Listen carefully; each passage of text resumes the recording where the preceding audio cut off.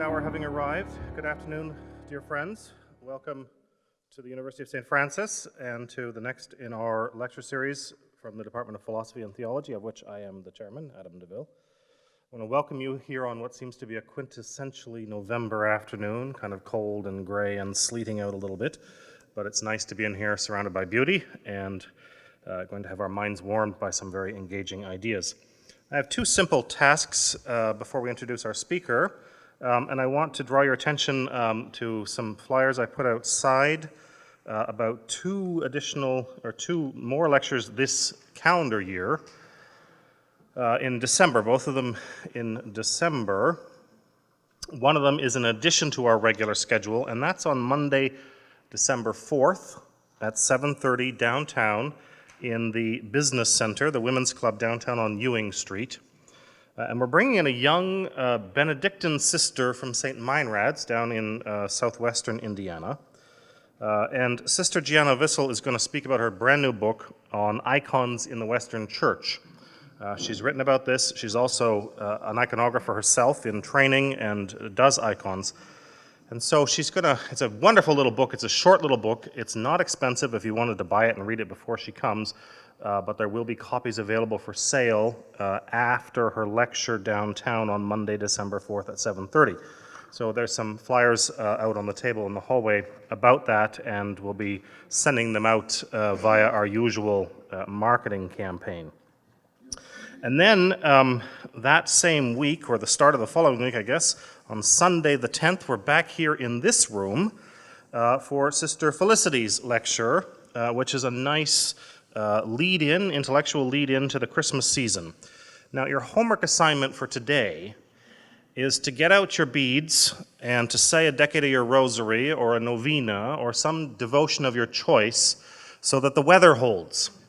Because poor Sister Felicity has had, is it twice now? Just once. I thought it was twice. Just once anyway, that the weather has thwarted her giving us this lecture.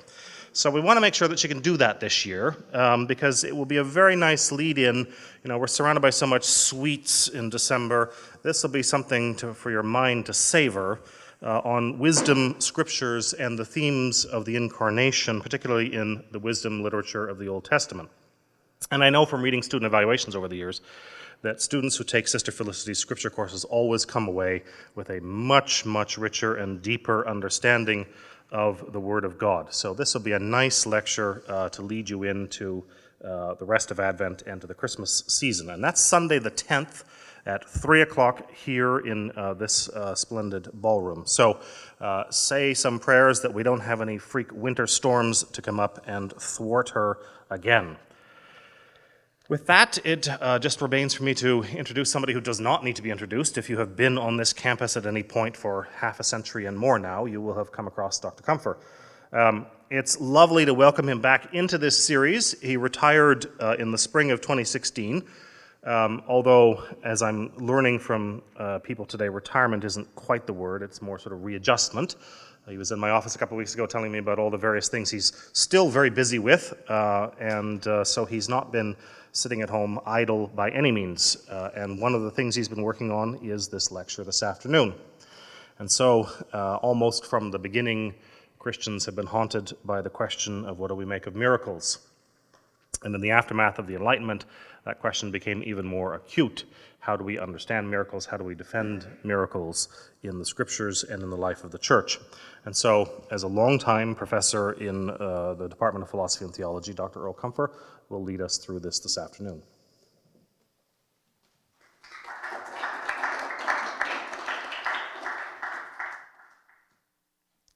Well, good afternoon. I'm glad you could join me in this fifth day of the octave of Venerable John Duns Scotus. We celebrated his feast last Wednesday, maybe three of us in the city. But if you need a miracle performed, he is known as the subtle doctor, was known that in his own lifetime. And I think his problem from moving up the next step into sanctity is that his miracles have been entirely too subtle. But he needs one. The title is Miracles in Belief, but this is taking miracles in a very, very broad sense. In part, Dr. DeVille had mentioned that with the Enlightenment, the whole approach within Catholicism especially toward miracles had shifted with the Enlightenment, and I think stalled out. So what I'm hoping is that we can refresh and go somewhere with this. Question is, why believe? Do miracles have some impact on this? Are they arguments? Are they testimony? Can experience of them cause belief in any sense? Are they a ground for claiming or proving that our beliefs are true or worth following up on? But I think if we start with an interesting kind of assumption, that the problem of miracles in part is because we use it in the word in so many different ways. And we have different understandings of what a miracle might do in our own thinking, in our own believing, in the physical world, and so on. So I think another way of looking at this is to ask it in another set of questions. If a miracle exists, it is what it is. But the real question is not whether a miracle existed, whether the phenomenon that we experience existed. The real question is double-headed. The real question is, what does it mean? What does it mean in the sense of, what does it point to? What is it referring to? Beyond itself, what importance does it have? What reference does it have? And I think even the most important of the two questions is the second. What does it evoke in the believer that's different than in the non-believer? Because it evokes something in the non-believer as well, but it's a different thing. And I think if we do that, we see much more what the relationship is, rather than to see them simply as points of evidence or testimony. Notice these questions are broad enough to include not just religiously expressed or associated miracles, but others as well. There are two principal worldviews since the Enlightenment with regard to miracles. One of them we call naturalism. Another one we call supernaturalism. Naturalism essentially is a broad worldview that sees reality as including only objects and processes that are potentially within the scope of human experience. On the screen, I mentioned two items that I think have been called miracles pretty widely. One is the miracle of the sun, which occurred October 13th, 1917, outside a small village in Portugal by the name of Fatima. Another happened on the Hudson River, just not recently, well, 8 years ago now, on February 15th, the miracle of the Hudson. Both of those, I have never seen anyone contest that they were miracles. They call them miracles, but what do they mean? For a naturalist, he would interpret them as within the scope of what human experience can understand. They're miracles. Perhaps, so what? Other things are interesting and fascinating as well. Other things are surprising. Other things you may not be able to explain. So this is just some more of those. A supernaturalist, though, has a worldview that includes not only the things of our natural experience, but perhaps beings and other domains of reality than just the one that we live in. So a person of faith might say, it's God acting. Maybe just to refresh us, maybe to tell us something, maybe to send a signal, maybe to confirm something.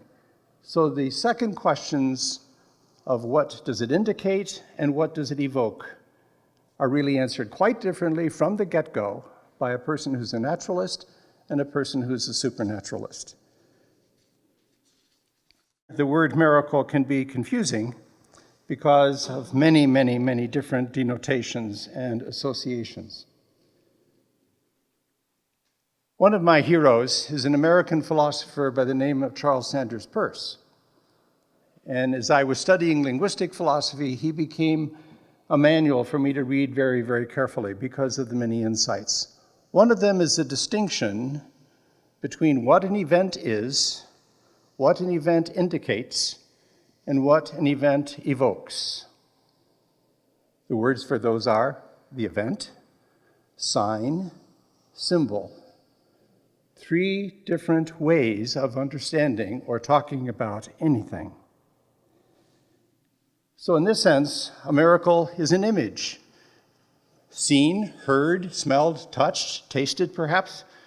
It has physical qualities and characteristics that your perception system can take in, but it's a miracle because it's an unusual or surprising event. Notice, it's an event that can be recorded, it can be observed, perhaps photographed. It has observable parts. It can be woven into descriptions, generalizations, explanations, predictions. We can use it and deal with it in lots and lots of ways. And it's often experienced as having some aesthetic qualities. It's pleasing, surprising, jarring. Now, just before, as we were setting up, those of you who were awakened from your slumber this afternoon, that was a surprising kind of event. I'm not claiming it was a miracle, but someone might have seen some additional meaning in that event. A miracle or a word could be taken as a sign, and as a sign, it means something more than just what it expresses. It's pointing to something else. It's indicating something else, turning your attention to something else. It indicates or represents that reality. If it's a sign that we are so engaged in that it evokes out of us a response to it as if it were the thing itself, then we call it a symbol. So if we treat the sign as what it is pointing to, now we've moved to another level of interaction with it, which we call symbolic. Let's take an example of this. Imagine yourself in a couple of weeks being in South Korea, in an arena. In that arena, there will be flags from most of the countries of the world gathered together for those Olympic Games. Those flags have images. Each flag has different colors and shapes and combinations. Each flag is different from every other flag. You would not confuse one image with another image, although some of them might be similar. Images can be sounds, images can be words, images can be feelings. Any sensory object could produce an image. It becomes a sign, however, when what it's doing is not just presenting itself to you, but indicating to you someone or something else. So on the stand, there will be individuals standing up, getting ready to receive their medals, and over them will be a flag representing their country. And you recognize by looking at the flag where that athlete's from. That's its sign power or its sign function. That flag could be interacted with as if it's the thing that we see it to be indicating. We treat it like it is the object that it indicates. So you could burn the flag, salute the flag, do a number of things to the flag.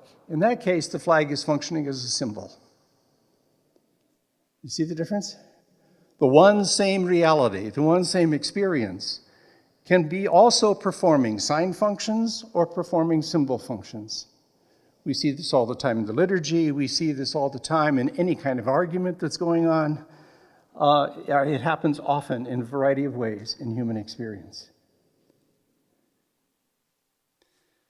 So there are images that are sensible and serve as objects of experience. They can be signs indicating a reality beyond themselves. As signs, they're also symbols when they begin to be treated as if they are the thing signed. One of the first of 2 people that I want to talk about is David Hume. The other is Blaise Pascal. Both of them, in the Enlightenment period, left a mark on our whole approach to understanding miracles. They did not appear out of nowhere. There's a tremendous amount of background that made possible what they came as conclusions to as part of the problems of their age. There were multiple waves of people dying of the Black Death in the 14th century. Our experience of the 14th century is basically European. About a third of your potential ancestors died. At least a third. Probably half of the population of Europe was wiped out in a matter of several decades. Think what that would do to any culture. Think of what that would do to the city of Fort Wayne. Think of what that would do to your neighborhood. It changes the context in which you live. Politics changes because the Black Plague did not discriminate on what class you came from, how important you were in society. Because you lived up the hill did not mean you were safer from catching it. So kings and others died out. Populations of serfs died out. Feudalism collapsed. If the Lord only has a third or half of his workers, his ability to produce grain, to produce sellable objects, his ability to produce armies diminishes tremendously. Europe went into turmoil because it lost something that was significant in its structure, and that was all of the people. But their formation, their social organization, their political organization, their economy changed dramatically. I have ancestors from Bavaria. They prospered. They survived. They could pick the choice ground in Bavaria. Are you with me? There's both good and bad that can come out of that kind of experience. Along with that experience came a lack of confidence that prayer or other religious activities were of any help. And people became very skeptical, not only about whether prayer worked, but whether anyone was listening or caring. So suddenly in the discussions that are going on in the academy, there's a lot of discussion of, does God exist? That had not been a serious issue in the Middle Ages. That was never a problem in the scriptures. There is no discussion of whether God exists in the scriptures. That was known and understood to be the case. It suddenly becomes a live question. So the whole business of what religion is and how it works, whether things are magical or miracle, become a confused kind of discussion. Along with this was the breakdown of what we know of in the Middle Ages as scholasticism, a very rigorous, deductive, rational system for establishing the truth, modified a lot of what Europe had been used to in the Middle Ages, introduced Aristotle with the technique of looking at empirical experience, reinforced by the British Franciscans, principally more than anyone else in Europe, a notion of empiricism. You gather data, you process it, you test it. That comes out of Oxford. That changes what was going on in the continent, all of these changes milling around each other. A great deal of concern about truth, a great deal of concern about how do we settle things, about criteria, about testing, and so on. Hume and Pascal, I think, represent very, very clearly two voices that respond to that chaos. Hume was Scottish, a philosopher, an essayist, an historian. He published two books that are important to philosophers, one of those in 1739 called The Treatise of Human Nature, 3 volumes, boring as dust, because he kept all the good stuff out of it for fear of his life. You get too many people angry and you disappear. That is not a modern phenomenon. In 1748, as he was getting older and nearing death, he published a shorter, but much more intense, with all his answers, no dodges, no couching of position at all. And in the heart of that, there's an essay that you probably have heard of called Of Miracles. It's an essay that in normal book print runs about 10 or 15 pages. It became the signature document of English-speaking people on this issue. It becomes something that is paraphrased over and over, interestingly enough, in his definitions when we're talking about scientific method. That's the heart of what truth-seeking is. In your handout, you've got a selection, several selections from Hume. I'm not going to read them out loud to you. That would be insulting. And besides that, you can read faster than I can say them. But there are a couple of things I want to point out. One is, at the beginning, he gives a definition that has become the unchallenged definition in our normal conversations. And that is, a miracle he defines as a violation of the laws of nature. Most of us do not understand that definition the way he meant it. We assume that that means that the laws of physics have to be interrupted by some external agent, God, angel, or someone, and draw a line and say, world, hold still, we're going to change the rules now. He was not saying that, although that's the way it has been turned over the last 200 years. If you go and look at what he says, as you get near the bottom of that first long paragraph, and as uniform experience amounts to a proof, there is here a direct and full proof from the nature of the fact against the existence of any miracle, nor such can proof be destroyed, or the miracle rendered credible, but by the opposite proof which is superior. So he's saying, in effect, not that he's defined miracles out of existence because the definition looks like a contradiction. A miracle would be a violation of the laws of nature. If the laws of nature are broken, then miracles don't exist, right? When you think that through, it looks like a contradiction. He's not silly. He's not stupid, although many people use that charge against him. People who read him and read him all the way through know seriously what he is saying is this. What can we count on with all the chaos that has been going on around us? The only thing we can count on is probabilities. We take the mass amount of information that we have, all the discerning and testing and scrutinizing that people have done, and you put together the common package of what most of us have come up to and found to be holding true in all of our testing. That is the truth.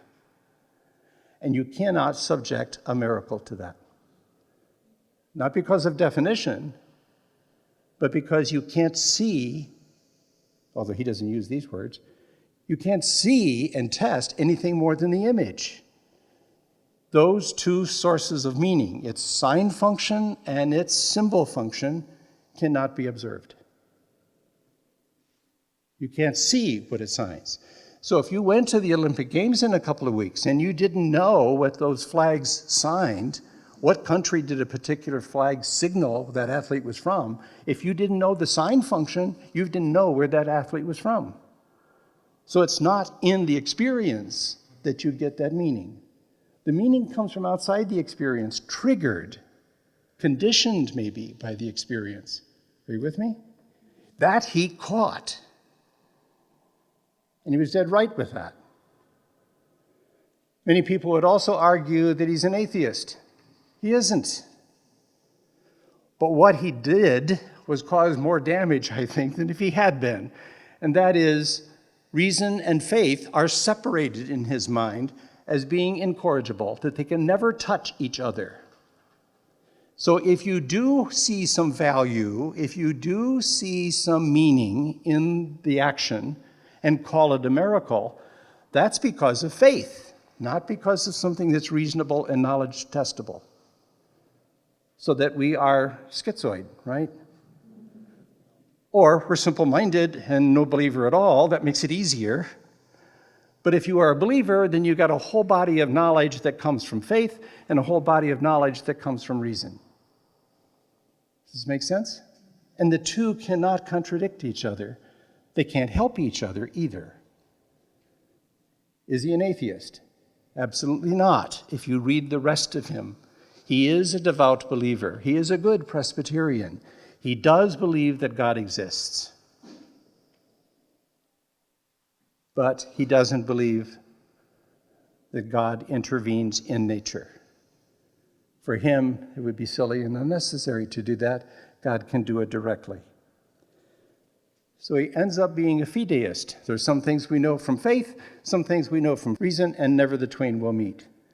That's a problem. And that's philosophically and theologically ungrounded. But that's where he ended up. He concludes, Upon the whole, then, it appears that no testimony for any kind of miracle ever has amounted to a probability, much less to a proof. It's always outweighed by the testimony on the other side of empirical evidence. It is experience only which gives authority to human testimony. And it is the same experience which assures us of the laws of nature. So it's human collective experience over and over, test after test, that we rely on to confirm for us whether the law of gravity is something we need to take into account when we get into things to make them fly. And finally, and therefore we may establish it as a maxim that no human testimony can have such force as to prove a miracle and make it a just foundation for any such system of religion. So those who are arguing for their religious faith to you on the basis of miracles are trying to be reasoning, right? Somehow that's not going to work for him. It has to be faith only that they address. Finally, we have rational theology, as we used to call it in the Middle Ages, just simply devolves into fideism. There is no other recourse for him to go if he's to remain consistent. Mere reason is insufficient to convince us of the miracle's veracity, and whoever is moved by faith to assent to it is conscious of a continued miracle in his own person, which subverts all the principles of his understanding and gives him a determination to believe what is most contrary to custom and experience. So believers end up being schizoid when it comes to the questions of truth. That's where he leaves us, but he also left us with this heritage of the definition of miracle as something that has to be tested in the same way we test other suggestions or possibilities or probabilities in life. Think of this when we talk about miracle as a step in the process of naming someone a saint. If you think of it as proving they were saints, Hume is agreeing with you, but his answer is going to be, you can't do that.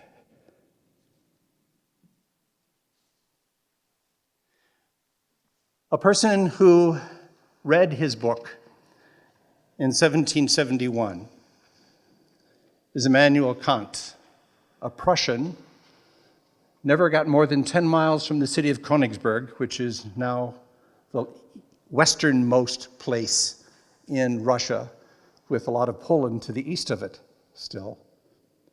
A brilliant physicist, a teacher of Newtonian mechanics, read his book, and as he describes it, was wakened from his dogmatic slumber. If Hume is right, we are in a mess. What Newton is saying, which had by this time pretty much convinced the world, this is a good empirical way of developing a knowledge of what nature is about.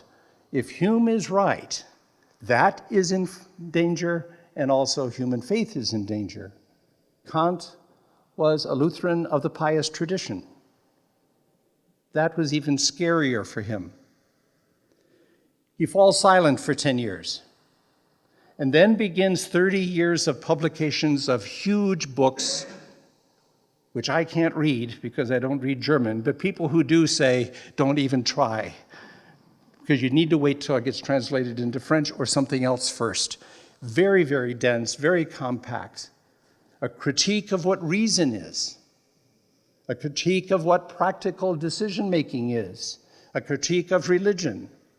Because what he saw as the following consequence of Hume is that if you adopt what he says, what this means is that God becomes simply an hypothesis, simply an assumption from which everything else works, an assumption that in and of itself can never be validated.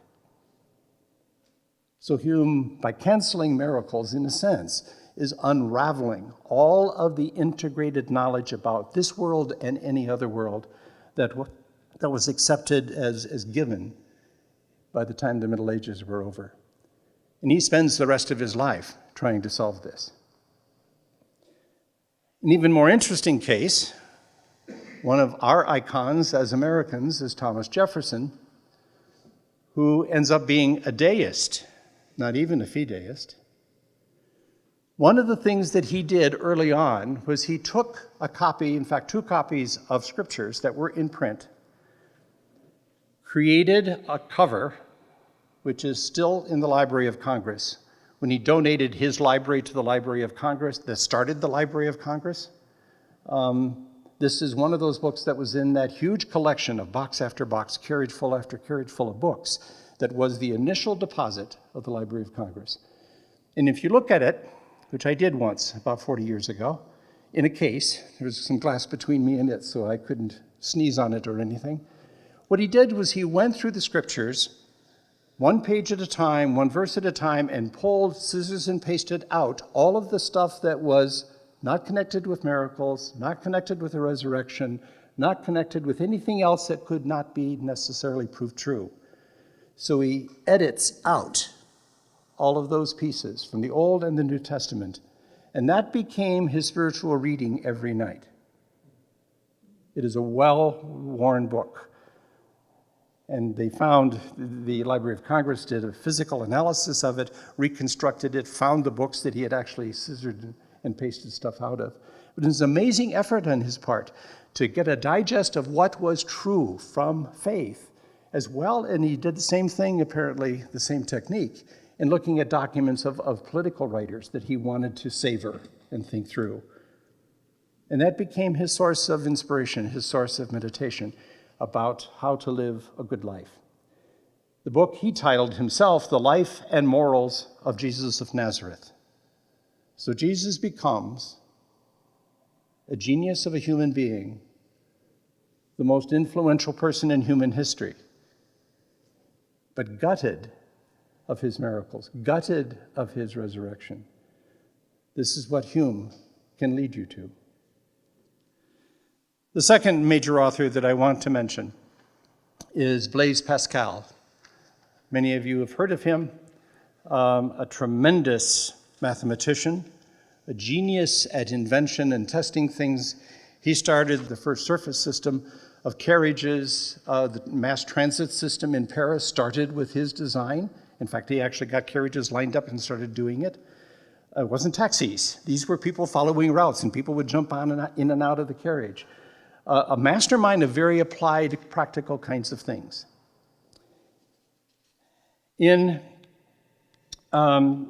After he died, we had discovered a book that he wrote, De l'Esprit Géométrique, a book that was a book for studying geometry, and he wrote the introduction and the how-to. What he essentially says there are 3 things in that extended essay. It's very compact, and it is something that is still read by mathematicians these days. The logic of geometrical arguments is as perfect as possible. And he goes on to elaborate. People have tried to improve it, and we can't. It works. There are no contradictions, no errors, nothing slips out of the grip of the logic there. The chain of valid deductive steps infer from assumptions and postulates which may or may not be true. It all hangs on assuming certain things. And I remember going from geometry to solid geometry in high school, and we rewrote the book because in geometry, you're assuming there are only 2 dimensions. If you assume there's 3 dimensions, those rules all go away. You have to start all over again, right? Because those assumptions become decisive in terms of what things are going to follow from them. The logic cannot lead to a conclusion that's any better, truth-wise, as what you're pumping into it, as what the original premise is. If it is an assumption, if it is a postulate, if you are assuming as a given that a line is the shortest distance between 2 points, you can't understand Einstein, because Einstein is saying that assumption isn't true. The shortest distance between 2 points is a curve. It cannot be straight. That assumption, when you throw it out, changes the conclusions, even if the logic is perfect. A second book that was published is the Pensée. He was writing a kind of diary with lots of input of variety of short thoughts, and these were compiled, organized by him, but never published. After he died, they were modified a little bit and published. The wager argument that we often hear about is created by him. He's one of the founders of decision theory in mathematics and in philosophy. And what he does in this argument is come up with a decision. The decision essentially is going to be made out of this structure. God exists or he doesn't exist. There's no third possibility, right? Reason alone cannot decide which one of those true has to be false. Secondly, what's left to us then is to wager. Life is a wager. If you have a series of options and any kind of decision that you're going to make, you have to make a decision. If you don't make a decision, one of those options is decided for you. Circumstances will decide it if you don't. So whatever you do, by conscious decision or not, one of those is going to happen. So you may as well do the wise thing. Pick the one that is going to maximize the benefit. Don't pick the one that is going to maximize the nasty stuff. So you have to weigh it. Reason can help you, but reason doesn't decide it.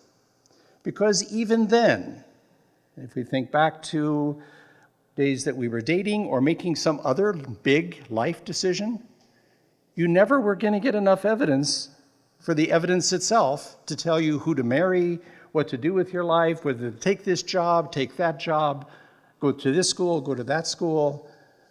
But you had to make a choice, and you made the best bet you could make. Reason helps to clean up the calculation, but it doesn't do the deciding. You have to do that. So decide well. Weigh the gain and the loss for each choice in the wager. One choice in this particular wager stakes something finite. I'm staking my life on the basis of whether God exists or not.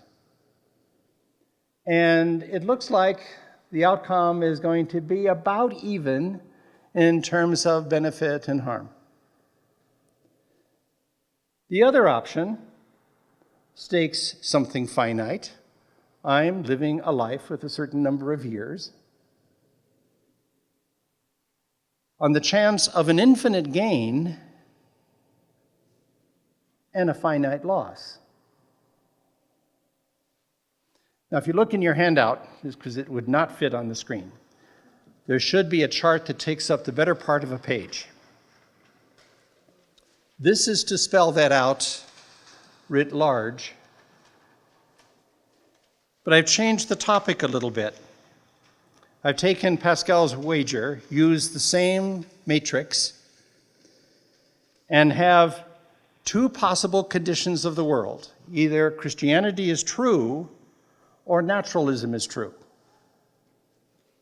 Those of us who believe a particular form of religious expression called Christianity believe that what is natural, but there's more than that. There's also a supernatural dimension. Naturalists don't hold that there is the something more. We can't settle that with reason.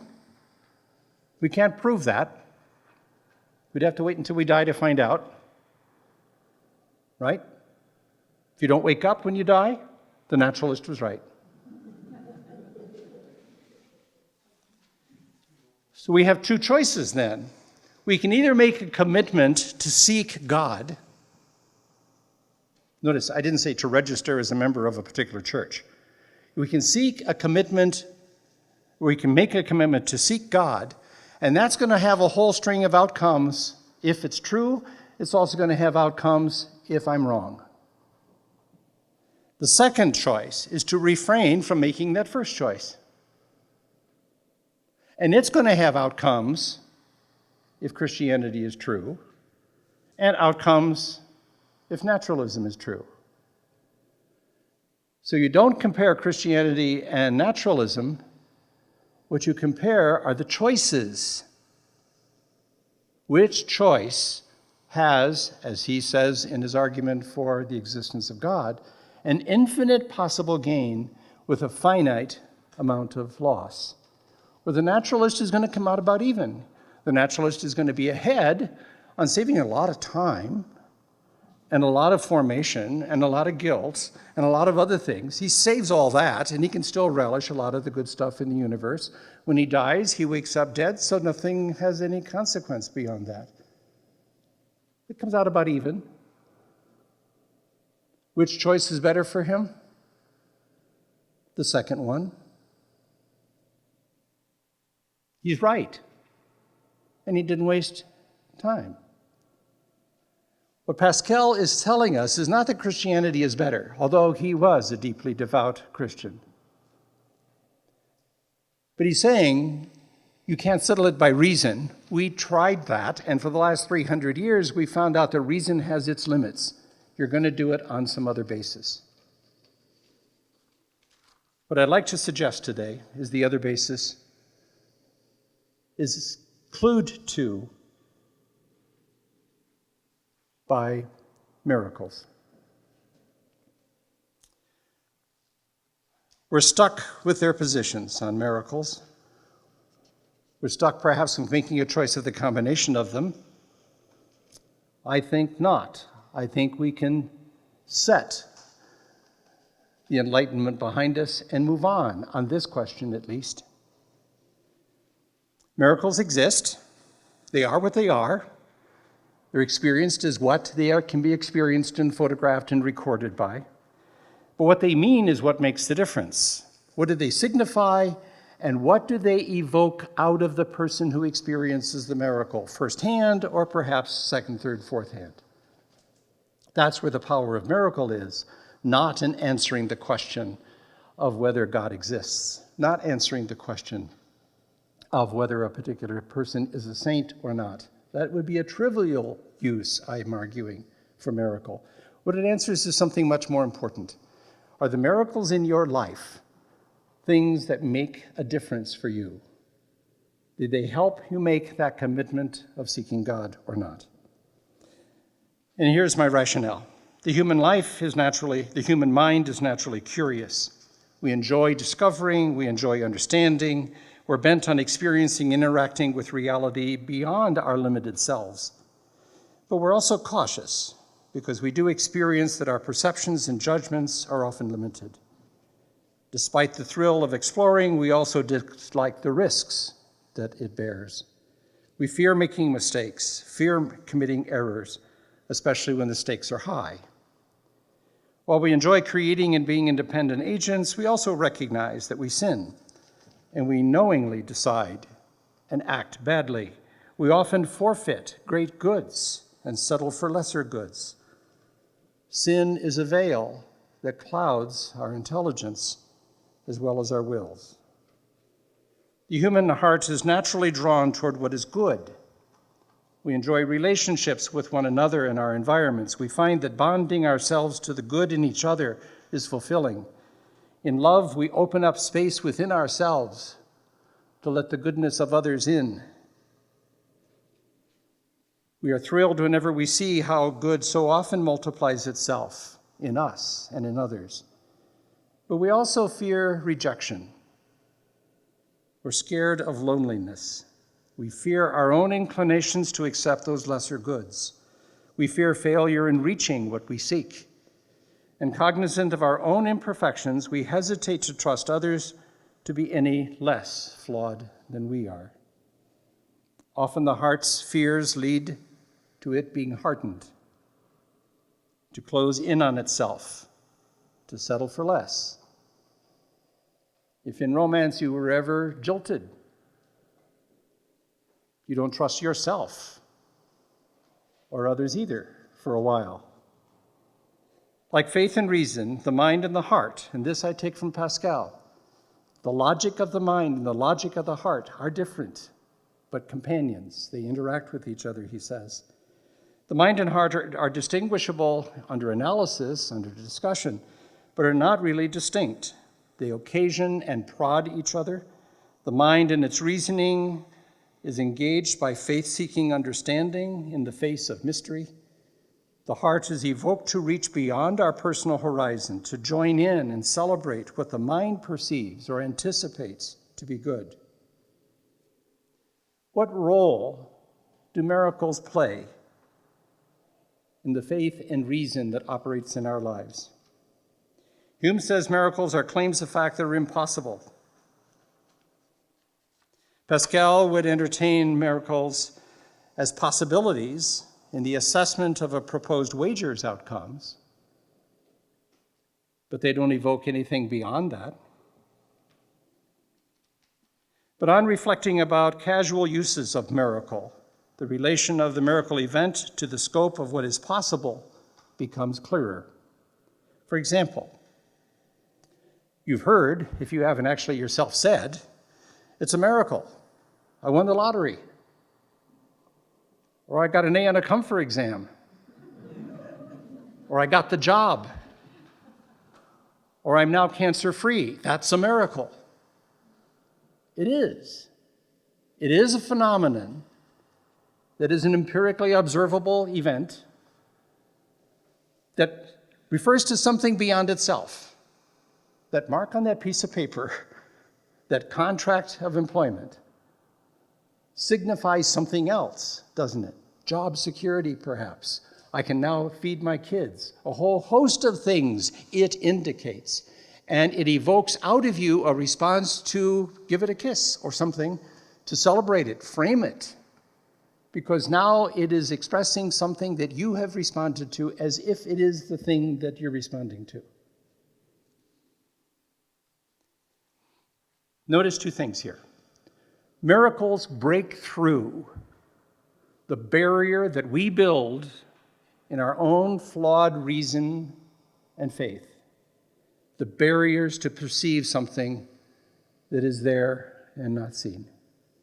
What are the possibilities that it opens us up to intellectually?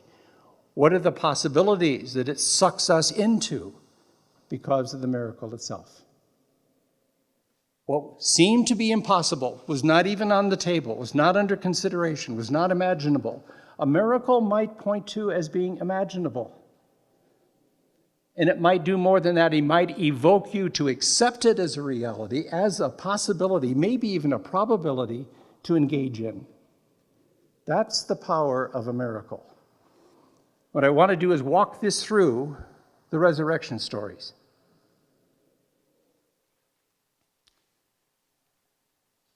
And I'm noticing that we're probably running close to that hour. I'm not looking at a clock, but I feel it in my bones. Teachers have this built-in wiring, that goes for 55 minutes, and then we know this class has got to be over pretty quickly. After you do that a few years, that wiring is hardwired. If we reflect on casual uses of miracles, we see that the impossibility seems pre-established, and the possible that has come to pass goes beyond what it was that we were willing to even entertain. A miracle event points to a truth claim that is impossible. I could get an A on this exam. And or is a good thing beyond being hoped for anymore. Getting healed, and I've seen this many times in people. I have cancer. That means I'm as good as dead. There's nothing else to be hoped for, just to shrivel up and die, which is one of the natural reactions that we all probably have experienced. But quickly or gradually, what the miracle can evoke, but not cause, nor prove, is the paradigm shift of reason and going through the crisis of faith. And I think the resurrection accounts can show us that happening. Again, miracles exist. What they do mean, what they sign, what they indicate, what they evoke is important here. The Easter apparitions are what they appeared to be. If you read the stories at the end of each of the Gospels, and John has the longest chain of them in his Gospel, they were surprising. They were confusing. They were unbelievable. What did they mean? One of the shockers that was unimaginable was death doesn't rule over life. Life rules over death. The experience of the risen Jesus flipped that assumption into a new reality. That impossibility that anything will happen after death goes away when you meet the risen Jesus. And the paradox of Calvary is broken, is cracked open. What they evoke is a change in the disciples. Intellectually, they now have a new understanding of what Messiah means. They had it wrong. Over and over again in the Gospels, they had it wrong. Jesus kept saying, no, you don't get it. And secondly, they have a new vocation. Following Jesus doesn't mean being part of the party when the kingdom comes. Following Jesus means we are going to die so that we can rise, so that the kingdom comes. That's a new commitment, and it makes a difference. Take a look at John. You don't have the scriptures with you, but I can digest this rather quickly. The first scene in John opens before dawn. Mary Magdalene is down at the tomb area. And when she gets there, she finds that the stone is rolled away and the body's gone. What was she thinking when she went there? Jesus is dead. We need to do the burial rites. It was sealed up. Now the body's gone. Among other things, I can't do the burial rites.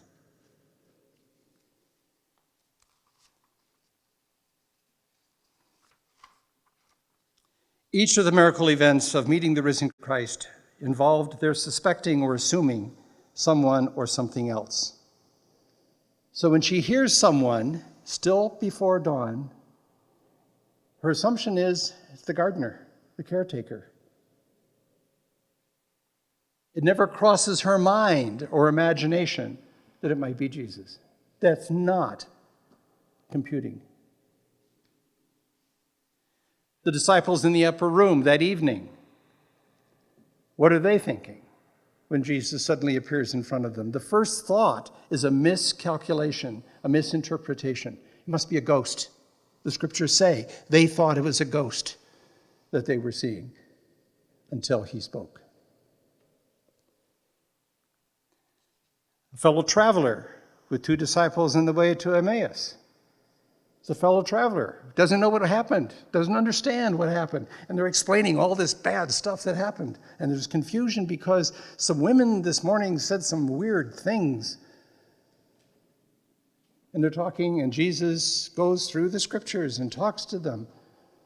And it's when he breaks bread as they sit down to eat, when they invite him to not go on, to stay with them because they're enjoying his company, to break bread, it suddenly clicks that this is him alive. Why didn't they recognize him before? They weren't expecting to recognize him before. 7 disciples a little later in a boat on Lake Galilee. Been fishing all night, caught nothing. There's a stranger on the shore, and he says, try the other side. The nets fill up. And one of the 7 is the young teenage disciple whom Jesus loved, as John's gospel names him, says, it's the Lord. Peter jumps out of the boat Peter, who was going to walk on water once before and couldn't, now somehow gets to shore first. Peter is the one who's able to haul the net up, and it doesn't break.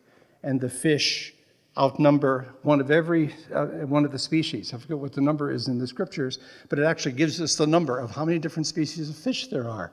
It's all complete. It's all theirs, all the symbolism of it coming together. And they sit down because he's made breakfast for them. The irony of this normalcy of the risen Jesus is starting to sink in.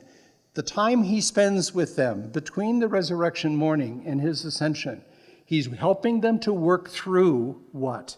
The indication of the fact that he, even though his wounds are still mortal wounds, they have not healed up when Thomas puts his fingers and his hands into them.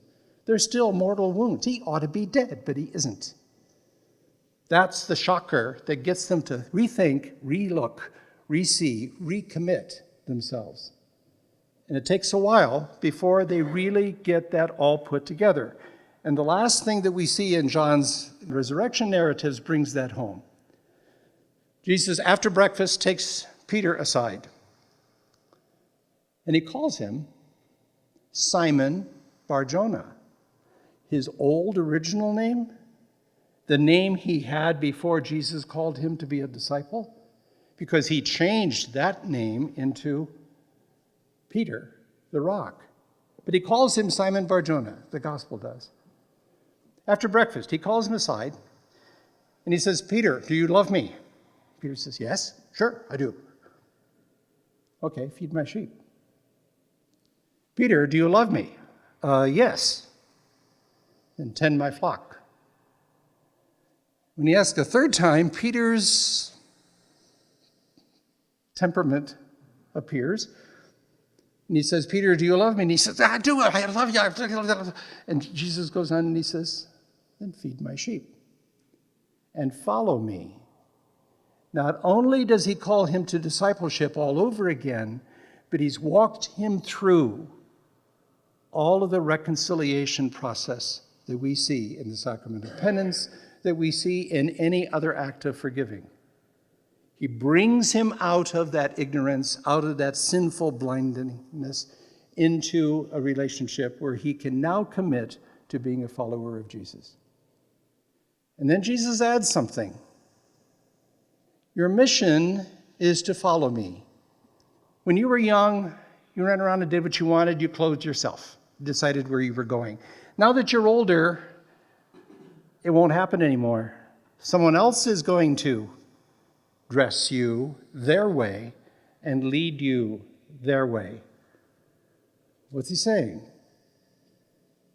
You're going to follow me through what I did. You're going to follow me through a crucifixion. Peter doesn't quite get that. He heard it. The image is there. He doesn't know quite what it indicates because he can't imagine what's going to happen in Rome 40 years later. But he follows him. And as he looks up, Peter notices who's following Jesus. John. Maybe a little bit of envy, maybe a little bit of confusion, because the indication of the meaning is not as clear as it could be yet. It will take time for that process to happen, for the heart to follow the head, for the head to clarify things, for the heart to follow. That song back and forth, the dance of the head and heart, take a while for faith to emerge and to grow. This is one of my favorite pictures. It hangs over the fireplace in the rectory in my parish. And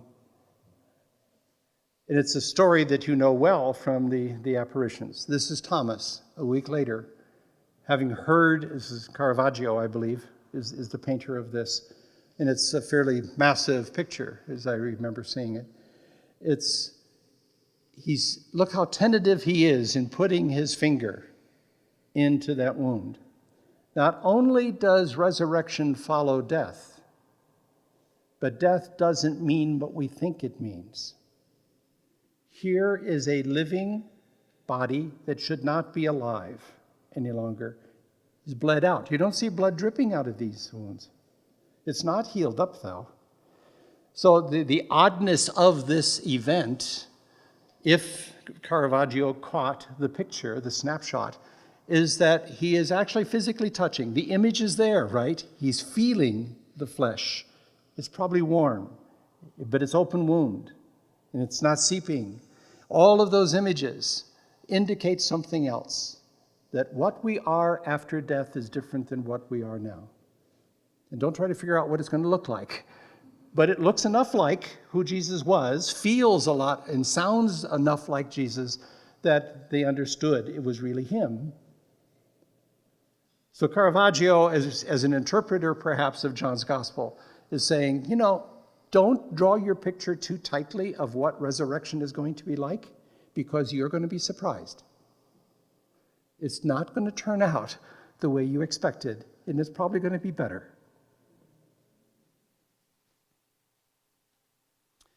So what does the miracle of the resurrection indicate? My conclusion is that his resurrection makes it a real possibility that we will rise to a new life. And what does that evoke? That we heed that call, even if nothing more than Pascal's wager. This may not be a full act of faith at this stage yet. It may take a while to grow into that deeper meaning of faith, that we heed his call to follow where he has gone. And as Jesus said several times in John's gospel, his opening words were, in Matthew's gospel, do not be afraid. In John's gospel, it's peace be with you. Onward to Pentecost. Thank you.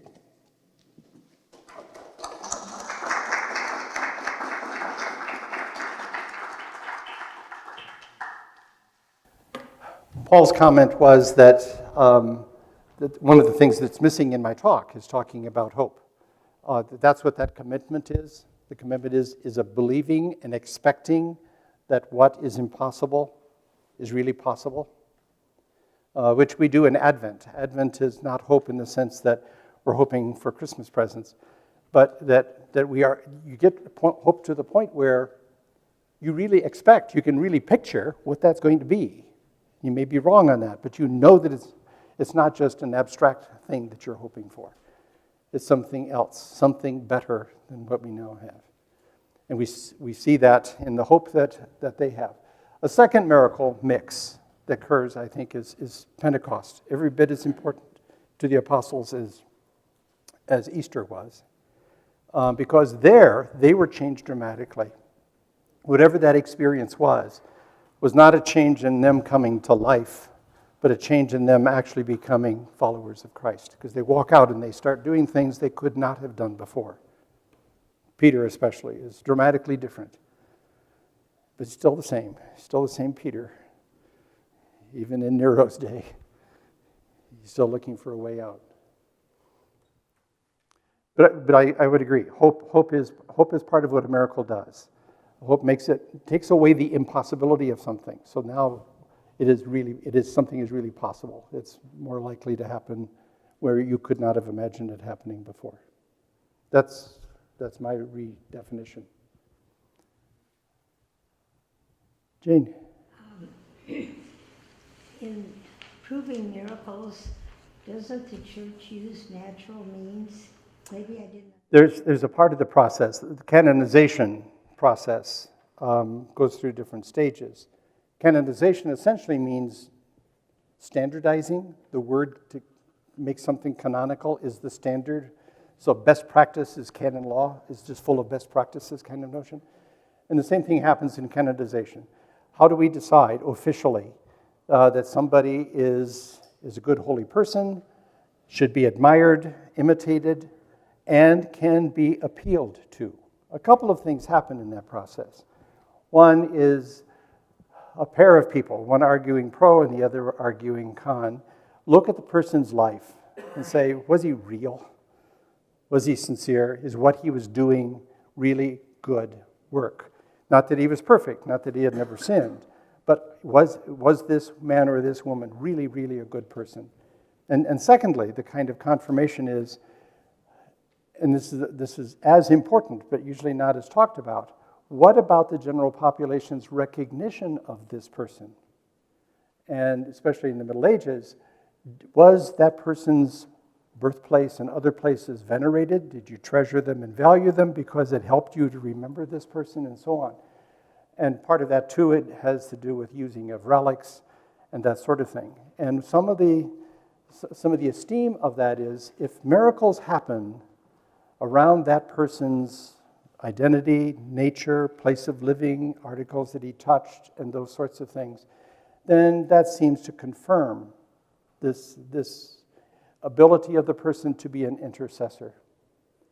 But it's not a litmus test the way you would use a litmus test in chemistry. It doesn't mean proof in that sense at all. And it's usually done by having people who are not believers, scientists and others, who also look at it. And the conclusion you want to hear is, we can't find an explanation for this event. It doesn't mean that the event proves that it's got God's fingerprints on it. What that judgment is, there's no way that we can explain how fast this happened or why it happened, and it's usually connected with that person or someone near them asking the proposed saint to intercede, then that proves the person is a saint. So I have three venerables that I pray to a lot, 3 Johns. John the 23rd, now made it to sainthood. I'm still working on Newman and Scotus. They're both venerables. They both have feast days. He is a good man, yeah. But whether other people recognize that is what canonization is doing. We all know holy people that probably would never be canonized. And we probably pray to them because grandma or whoever it was is a good person, probably is there. The hope is there. Does that make sense? That's the general picture of it. When you spell that out canonically, it's a whole bunch of specific rules, but that's the sense of it. Other questions? Yes? Not being an intelligent question, but when I read the Bible, it tells me that saints are the people who believe in Christ. And like you said, there's many people that will never be canonized or whatever, but they are saints. Mm-hmm. You know, so that encourages me. That other people may not say wonderful things about you, but you know. For Roman Catholics, one of our doctrines is we believe in the communion of saints. That not only are there followers of Jesus, people who, through baptism and through their life, are following what he did, are on the road to full union with God eventually. Whether we're alive still on earth or we're in afterlife, already arrived, already gone through a resurrection experience and are intimately related with God, that we are still part of the same large group. It's not two groups. There's no barrier that death really totally separates us. So that community of people, yeah, because it doesn't, it's got nothing to do with the church registry as such. It has to do with whether we are honestly and sincerely seeking God, and in whatever the appropriate tool that is available to us. And for us, for me and for many people, it's being a full active dynamic as much as I can be a member of the Catholic Church. But that doesn't mean that we have a monopoly on that. Holiness is not something we control. It's a gift. And God doesn't discriminate a lot. Other questions? What I hope this has done is to flesh out, to broaden perhaps the notion of miracle, to tie it into the way we use it, and to make it less a battle between faith and reason, between science and theology, which I think was a wrong turn that was made 200 years ago. But we still assume that that's the case, that you either believe something or you know it. And I would hold, and many people others than myself, we can do both. Knowledge does not exclude faith. Faith does not exclude knowledge. As John Paul II plagiarized off of someone else, faith and reason are the two wings that we use to fly to God. You can't get there with one. You just go in circles. He didn't say you can't get there with one. That was my adage. So next month, come and listen to Sister Felicity. Thank you very much for coming. Hope it's not raining.